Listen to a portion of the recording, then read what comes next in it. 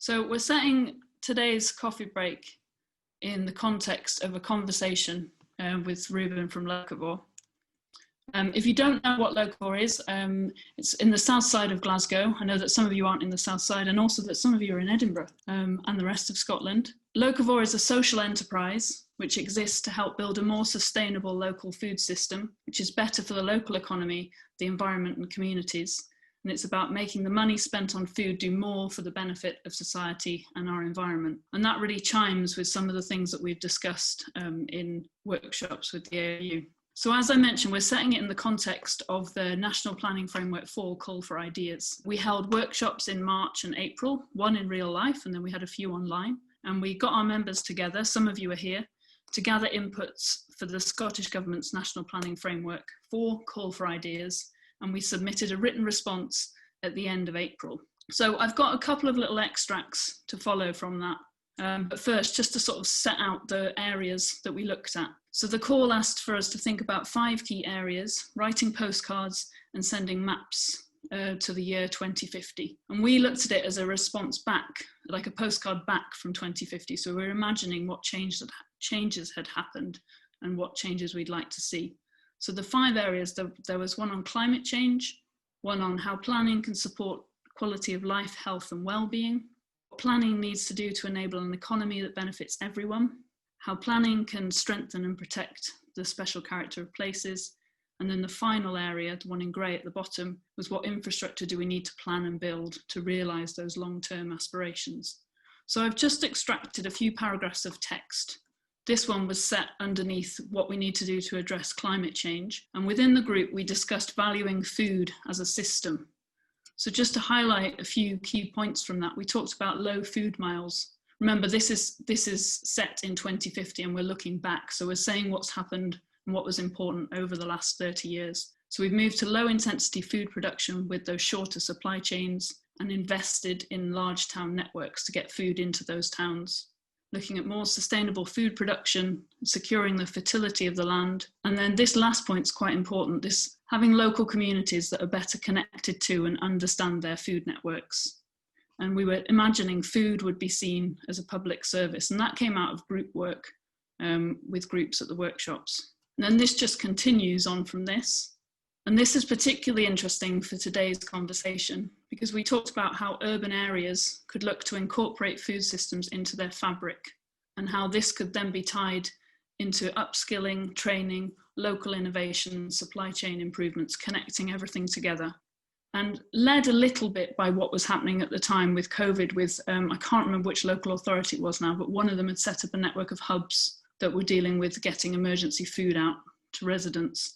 But that having that existing hub network in place would provide us with extra resilience for future shocks and future changes and making everything more equitable. Thinking about an economy that benefits everyone, we thought of food as a catalyst, and we thought that this new focus on food production would increase food security and pride, and we discussed connecting the rural economy into the urban economy through high quality food production. So that's what led me to invite Reuben to come and talk to us today, and also made me sort of think of Locavore, because I believe that it is an example of how you can take that food network and how you can embed it into the urban fabric. So this is the bit where I've done a bit of Google Earth. Basically, we're going to look at the sites. So compared to most farms, Locavore has an unusual setup. So there's 3 sites, which total around 3 acres, and they're all within 10 miles of Glasgow city centre. There's the Croft, which some of you at the beginning of the call, Reuben mentioned, which is where the pigs were, and Reuben Glen are in sheltered urban sites. And then the largest, left field, is outside of Glasgow on a windy hillside. And then another interesting thing that we'd like to talk about today is there's a site at Bellahouston, which is currently in the process of a community asset transfer. And Reuben can tell us a bit more about that. This map shows the spread of those sites. So we've got Glasgow City proper, kind of highlighted with the grid north of the river. And then Locavore Govanhill, south of the river. There's the Croft, which is probably only about a 10-minute walk from the actual shop. There's a Bellahouston site, you can just see over to the west, that's the newer site. And then moving southwest, Reuben Glen and the left field. So I'm just gonna try and move into Google Earth. So we've got an overview of Scotland, and then Zooming in, we've outlined the metropolitan area of Glasgow. Those are the pins that you could see on that screenshot before. We've got the kind of hub, the centre in the community where everything is happening in Govan Hill. And you can see, if I zoom out very gently so that the internet connection can cope with it, you can see its wider setting, sort of within that grid of tenements, just south of the motorway, a very mixed area. There's Queen's Park here, and over here that's Pollock Park. So this is the main shop within the community. Just down the road here is that's a box, a small box, and then down this road that's Govan Hill Baths, which is another interesting project. The Croft is located just south of the shop. There's the shop, there's the Croft, really no distance at all, and that was part of stored spaces initially. This is the site in Bellahouston, so that's a bit to the west, just south of the motorway. There we go. And then this is left field. So this is the furthest away site, which is still within 10 miles of Glasgow on a windy hillside. And then moving further in, there's Reuben Glen, which is just the 2 polytunnels, I think. It's not this whole garden here. Just very briefly, I just wanted to show you slides of each of the sites, and then we've got a good amount of time afterwards for conversation with Reuben. So this is the left field, which is the furthest away site. And it's the largest garden. It's a market garden, 2.5 acres, about 10 miles from Glasgow city centre. It grows kale, leek, garlic, onions, carrots, beetroot, courgette, salads and leafy greens. There was a consideration about growing more exotic crops to kind of tie into what people want and expect, which is kind of, I suppose, although we can talk about this after, might have been driven a bit by what people expect to see in supermarkets. So it's like, how do you get them to swap? And then this is the Croft. That's a few years before that picture. That's sort of what it looks like now. But this is on a former tennis court of, I think it might be Queen's Park Bowling Club, but it's one of their courts that's then been converted. 1/2 acre, so relatively small, and it's been in use since 2013. And then Reuben Glen, so this is located within a park, so it's not within the city centre proper, but it's sort of on the way out of the southwest of the city, within those polytunnels there. It's the smallest site, and it makes the most use of the protected growing spaces so that you can grow greens through the cold months. And then the final site that I just wanted to flip through and show you is Bellahouston, which is in the process of a community asset transfer. And the plan is, it's a closed down council plant nursery, is to change it into a productive organic food growing project in the south side of Glasgow. It will be a hub of food and growing activity and kind of a demonstration of a sustainable food site for Glasgow. And this image is taken off Glasgow City Council community asset transfer website, so you can see the size of the site there. And that's the end of a sort of a brief tour through Locavore. And if we've got any thoughts or questions, I'm sure that Reuben would answer them. Thanks, everybody. I didn't really introduce sort of what led you to set up Locavore and why you felt there was a need to begin the project. Maybe you could tell us about that. Yeah, sure. It's interesting to sit and watch someone else present stuff back to you. Yeah, I guess Locavore started 2011, 2012. I think we incorporated 2011. And my background was as a student of sustainable environmental management. I'd done that at uni and I graduated in 2009.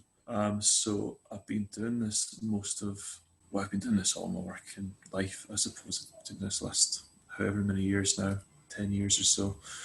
I worked briefly on energy efficiency, and then I worked with a council in England for a little while on climate change adaptation. And it was right about the time where all the big cuts were coming into place from the last recession, and departments were getting skimmed back.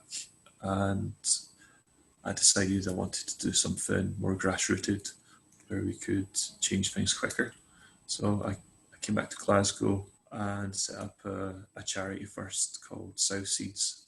And we worked on community gardening projects and home energy efficiency. So got some funding to set it up and bring a board together for that.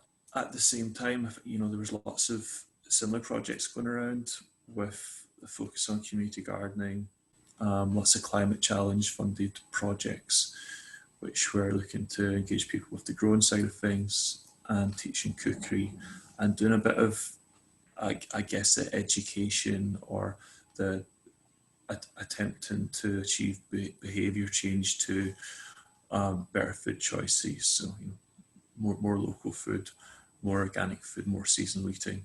While at the same time, there wasn't really anywhere that you could do that. We've got a food system that's dominated by a small number of supermarkets. So on the one side, there's nowhere to go to actually achieve a lot of these behaviour changes properly.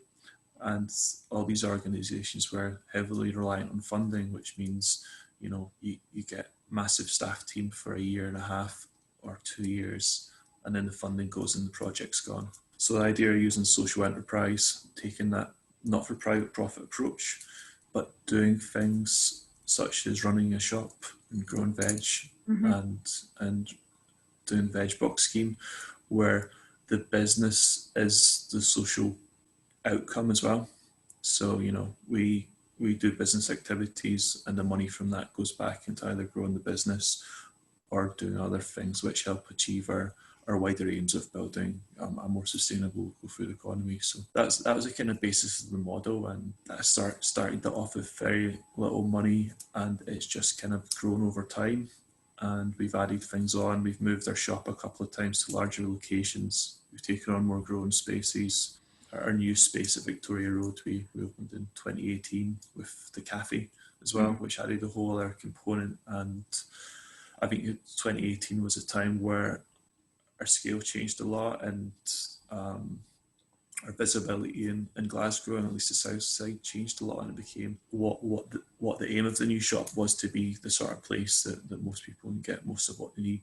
So thinking about that sort of scaling, so scaling up, like you've talked about, like scaling up the shops and taking on more spaces. Yeah, Heather, do you want to? Yeah, sorry, I have to go because I'll watch the video because I'm really interested in this. I think what you've done is the challenge that many groups and social enterprises face of how do they scale up. And I just wanted to know what were, I suppose, some of the challenges in terms of scaling up, and what has helped you manage to scale up. Because I think if your driver isn't about food networks, but it's about vacant and derelict land, the issue is about that scale. How do you scale up activity? So I'm just interested in what was some of the things that sort of helped and hindered in terms of you scaling up as an organisation. I think in part, compared to other organisations that are doing similar things, one key difference is that our key mission is food sustainability, whereas lots of other organisations, they might have a very specific geographic remit or another social outcome they're looking for. So they're using food as a tool to achieve something else. But for us, the food is us achieving our social goals. So that's allowed us to adapt a lot more and be more ambitious about that by putting that at the kind of centre of what we do. So yeah, I mean, I think being so kind of single-minded in terms of your direction has helped, because I suppose with that, a lot of organisations, because of the nature of funding, for them to get grant funding, end up having to diversify because they have to fit all these different funding criteria. So I was curious if you had said something about, you mentioned about some of the things, but I was curious if you might mention about, this specific grant we got, or, this helped, us just get up to that scale that we could then, have a shop, think about another site, think about, staff. Yeah, I don't think there's been any single moment. I mean, there's been a number of things where it's been this is a bit of a changing point. I think in part is the approach to funding that we've taken, where we've not chased the funding in a sort of what can we do that would please this funder, and have more looked for funders where it's an investment and that value will be there after that funding's run out. And I think, for me, it's about what does this help us achieve our goals in the long term.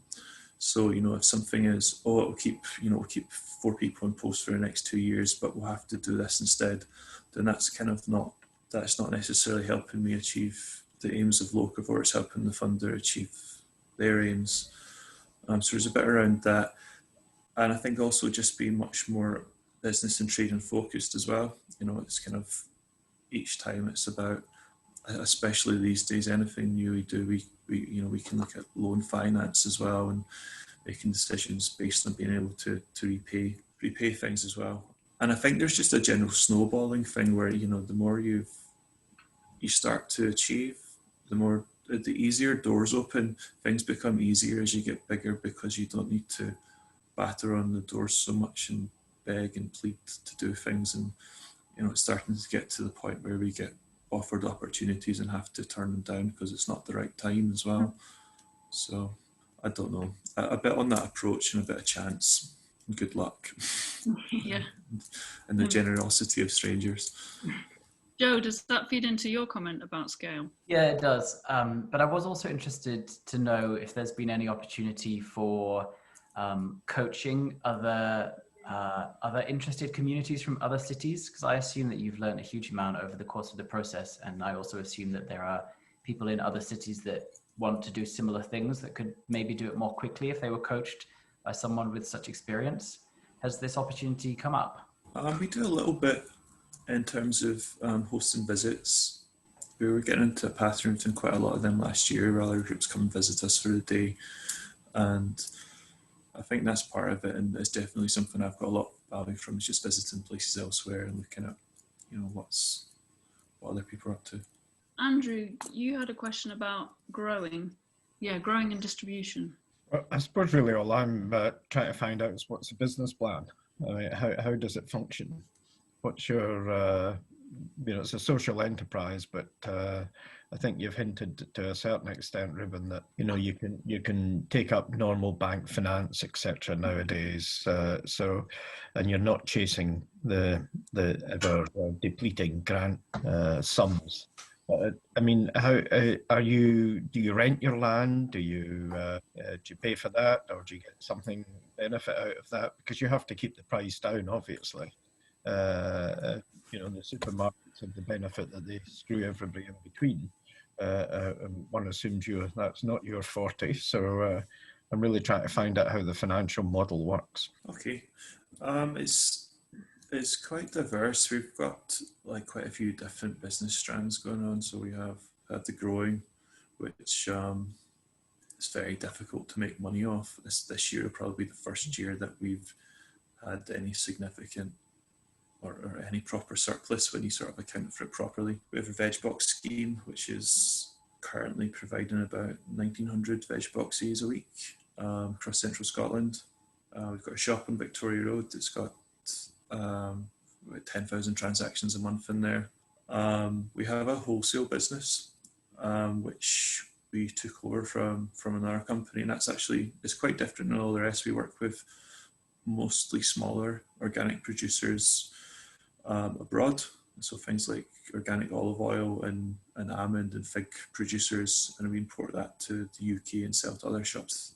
And then we have our cafes. We do a bit of catering, so it's really quite diverse and probably overcomplicated in some ways. But when that's been stress tested at different points, some things always been strong enough to help the bits that are weaker, and you know, that's kind of what we saw through COVID as well. So I don't know if that answers in full the financial model. It's definitely, you know, how the business stands as a sort of like number thing. We employ 80 odd staff. We turned over 3.5 million last year. For context, on our own growing side of things, we at farm gate value we'll produce about £90,000 worth of veg this year. Kind of retail, that's about 150. So our own growing is quite a small proportion of the overall quantity we sell of produce, but of the sort of whole package of things that we sell too. But we do a lot of working with other local suppliers and less local suppliers, and I think through COVID, for example, we've kind of started to feel importance to a lot of those smaller local businesses and being able to take up opportunities where our market's been sizable enough to be worthwhile for others. So, we helped a farmer in Ayrshire out that had been very reliant on the hospitality sector, and we it's a conventional farmer, and we said we'd love to be buying crops from you, but you'd need to go organic. Would you consider it? And I think it was something that he'd been moving towards slowly over a long period of time, but that opportunity being there meant that he put sort of 16 acres into organic conversion, and is now supplying us. So, and that whole, I guess, going on from the business model was a whole sort of local economic network, and the flow of cash within the community as well is something we're very interested about. I think the value of what we're doing from a financial perspective is pretty big, and we're just starting to study that. We're doing a LM3 study looking at the local economic multiplier effect of what we do. What's an LM3 study? It is looking at the flow of cash through a business or a community. It was developed by New Economics Foundation, right. And what the end result of that will be is that we can say when someone spends £1 at Locavore, it is worth X to the local economy. So I see. Start by looking at where we spend our money. Yeah. So we spend about 25% of that on wages. We spend 40% on stock and what have you, and then follow that to the third degree. So we then go to our suppliers and say, what do you spend yours on? And to our team, where do you spend your money? And you can look at that, the circulation of that money within the local economy. So, we pay local people to they go and shop at other local businesses. They sort of rent their house locally, that kind of thing. So you start to build a case for the difference that it's making. Yeah. And I guess that's where we are just now, is we're trying to prove that what we're doing is a credible alternative, and we're trying to scale up further. And part of showing that economic value is where, the environmental value is great, but if we can show that the economic value is there as well, that's where we can start to influence policy and decision making, I hope. We've, in previous coffee breaks, we've spoken about vacant and derelict land, and sort of there's been ideas competitions during lockdown with Lateral North, for example, where they've said, we have this much vacant and derelict land. What are the ideas? Should we turn it over to food production? What could we do with it? Do you have any comments on that? I noticed the Bellahouston, that was a former nursery. Was that vacant and derelict land, and what might be the barriers, I suppose? Yeah, Bellahouston was a council plant nursery that's been in long-term decline. And as of, I think, the end of 2018, they pulled out about 98% of what they do. They do a little bit there now. And that's just been a general change in councils and how they manage their parkland. So, we don't have these flower beds everywhere that used to. And where we do have them, they're mostly contracting out all the work for the sort of the propagation and the bringing on of everything for that, rather than doing it themselves. So yeah, challenges with Bellahouston and urban sites generally is potential for contaminated land, or more often that's not even the issue. The issue is there really isn't any land there. There's not soil. So on Bellahouston, for example, we've got 4 foot of type 2, type 2 rocks, and so that really limits what we were able to do there. We didn't realise that was the case when we first became very interested, but it kind of leaves you with a couple of options. It's as an organic grower, we need to grow in the soil for it to be certified organic. That's the kind of rules and that stuff. So it leaves you with the choice of digging it all out and then importing soil and putting it in there, or building raised beds and filling them up, and that's all really, really costly. So that's a consideration we're still sort of wrangling with at the moment. At the Croft, it was a similar situation where there was 6 inches of red blaze, which we got tested and it was inert. So we we put a foot of soil and compost on top of that, and it's slowly starting to break up and form some kind of soil. But it's a tricky bit, and it is an issue with just urban land generally, is that there's not good soil there. It's been compacted, or had sort of bricks or whatever chucked on top of it. So wonder what they were growing the plants in the nursery. yeah, I mean, they thought it was great because they could drive really heavy equipment over it, Okay. and they'd sort of they put up plants in seed trays and then put them into pots, and then just put them all out over the ground. And you know, the area they like the best is the one where it's just pure concrete, which is absolutely useless to us unless we go to hydroponics, which is something we're considering at the moment. Do you think it's also a bit about the programming of spaces within urban centres? So, for example, so you've taken over a tennis court. Like, is there scope for more of that kind of thing where, I don't know, there's loads of bowling greens that don't seem to be used, but then you start to get into the thing of, are you encroaching on sport? And is there going to be after COVID, are people going to want more sport? You know, is there a conflict? Yeah, I mean, there's always a conflict with land use, and I think, you know, particularly in urban settings, you know, stuff that's not commercially viable is more, or you know, it's about value per square foot, isn't it? You know, and then also community pressure on like available resources as well. So I think the bowling club's a big one. They're expecting a huge amount of them to close down as the population that play bowls ages. So that's potentially coming along. They're often within communities, the bowling clubs, aren't they, as well? So. And there's a huge amount of them as well. There's lots of space, so you know, perhaps at some point that's an option for more of them to be brought into use. I know there's quite a few around the city already where there's attempts at leases or community asset transfers or right to buys. Parks themselves as well. Within parks, you know, we've seen this sort of lower level management by the council in terms of reducing the amount of flower beds. You know, there's potential for those areas to potentially be used, and perhaps looking at sort of more intense commercially focused greenhouse hydroponic systems as well, and you know, looking at siting these next to users of heat, or you know, that have combined heat and power generation, so you're sort of getting best use out of that. So you know, kind of this dream scenario of having greenhouses near some industrial use or connected with a housing development that's got, you know, combined heat and power or district heating network benefit with. Brian, do you want to ask a question? Maybe the final one. Thank you, Rachel. Reuben, thank you very much indeed for your the conversation, with the presentation introduction from Rachel and the conversation. I found it fascinating, actually, as an urbanist, and especially a city urbanist here in Glasgow. My question is this, Reuben. I mean, first of all, congratulations for what you're doing. I think it's fantastic.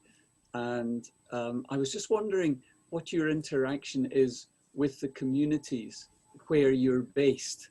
And part of the reason for asking this question relates to the fact that the City of Glasgow produces these locality plans, and of course the Planning Act from last year provides the provision of local place plans, which people are all talking about at the moment, and that's being shaped and developed. And it does seem to me that what you're doing, the provision of vegetable boxes and things like that, for example. So I was just, have you anything to say about the interaction with the communities that you're based within, or indeed other neighbouring communities around about, and whether or not you have engagement with other social enterprises? I'm sorry, it's not a terribly clear question, but it's specifically about how you engage with surrounding communities and things, I suppose. Is it informal? Do you have any formal relationships with them? If you do, what relationship do you have with the surrounding communities? Is it a community council, or is it, do you work generally within the social enterprise network, for example? And I'm gobsmacked by some of the things you're doing. I mean, I was looking forward to this, but the scale you're achieving is, I've made some comments in the chat. I think it's amazing. So congratulations. Anyway, engagement with the communities, Reuben. Yeah, it's quite, I guess it's quite informal and organic and opportunistic as well. As I said earlier, you know, our key focus is food sustainability and building that food network. But while we're doing that, we're looking for opportunities in whatever we do to add extra value as well. So, you know, we don't have a program of outreach anywhere. I can tell you about some of the things we do. Our site in Neilston, we have volunteering opportunities there, so people can come out and volunteer for half a day a week, and they get a big box of veg in return for that. At the Croft, we split that site with South Seeds. South Seeds does individual plots there for people that are looking to learn about growing, run their own program there. We usually run a Grow the Grower scheme, which is where we bring in people that have done a little bit of food growing, and we give them a plot for the year, and we help them choose some crops and give them a bit of coaching and advice, and then buy their crops from them for sale through the shop, and try and assist them to find new sites and set up as new growers to grow the local food system. We do a thing called our Initiatives Fund and our Good Food Fund, and that's a bit of a mix of sort of asking our customers to make cash donations, which we then use for non-profit generating activities. So with that, we help a lot of organisations that are working with those facing food poverty. So some straightforward food banks, some community meals. We helped the Food for Good partnership get started as a COVID response earlier this year with a donation there.